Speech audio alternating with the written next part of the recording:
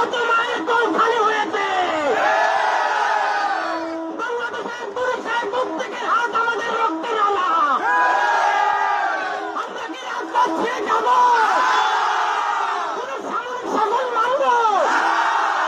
আমরা কি আর বাংলাদেশকে কোন স্বৈরাচারকে দেখতে চাই?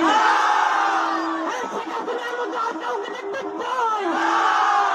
তাই তো আছে।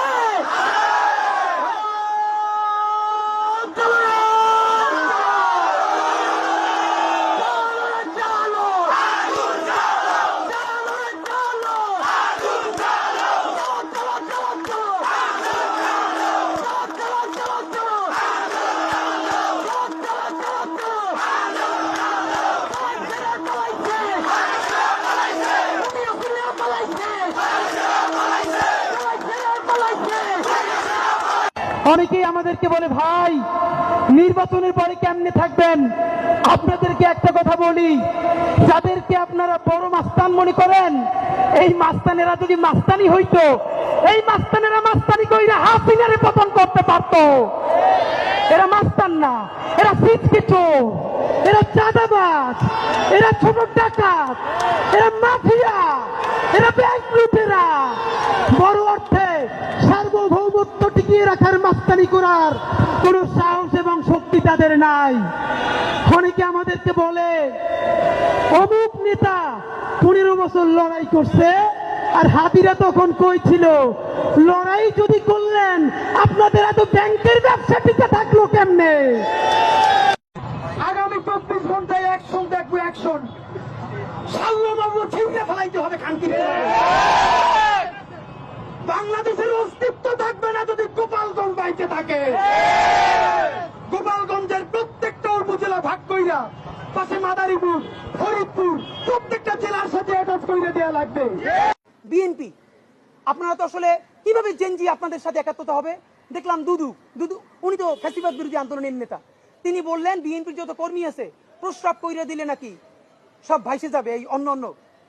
আপনাকে বিনীত অনুরোধ করি, গত 16 বছর আপনার প্রস্রাব করতে নিষেধ করছে কেডা? মানে গত 16 বছর আপনি প্রস্রাব করেন নাই কেন? আল্লাহর রাস্তায় বলেন।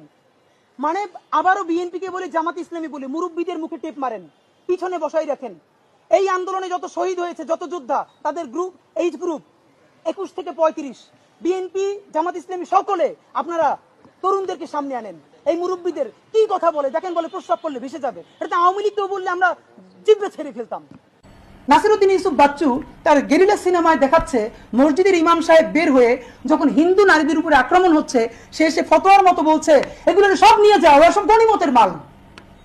বাংলাদেশের কোন এক্সট্রিমিস্ট মৌলবাদী হুজুরও আপনারা নাম ধরে বলতে পারবেন যে হিন্দু মহিলাদেরকে গনিমতের মাল বলেছে? মানে তাদেরকে ধর্ষণ করা যাবে, তাদেরকে রেপ যাচ্ছে তাই করা যাবে, কে বলেছে? এটা তো সিনেমা। তো সেই সিনেমা হবে না, আপনি কিভাবে আটকাবেন? দ্বিতীয় বললাম, আপনি আমাকে বলেন গত 50 বছরে আপনার বাংলাদেশের সিনেমা বানাইছেন কয়টা? কারণ গত 50 বছরে যত সিনেমা হয়েছে, আমি সিনেমায় দেখি, আমি আমার বাপের চেহারা দেখি, যার জ্ঞান তো আমি কোনো অপরাধ করতে বা খারাপ কাজ করতে দেখি নাই, অথচ পুরো সিনেমার সব থেকে বাজে ক্যারেক্টারটা আমার বাপের মুখ। আমার বাপ মানে কোটি কোটি বাঙালি মুসলমান, যার দাড়ি আছে, টুপি আছে। আপনাদেরকে স্পষ্ট বলতে চাই, এই দেশে বিএনপি আছে, জামাত আছে, এনসিপি আছে, প্রত্যেকের সাথে আমাদের ঝগড়াও আছে। জুলাইয়ের প্রশ্নে, স্বাধীনতার সার্বভৌমত্বের প্রশ্নে আমাদের কোনো মতানৈক্য নাই। বিএনপি যতক্ষণ বাংলাদেশের পক্ষে, তারা আমার ভাই।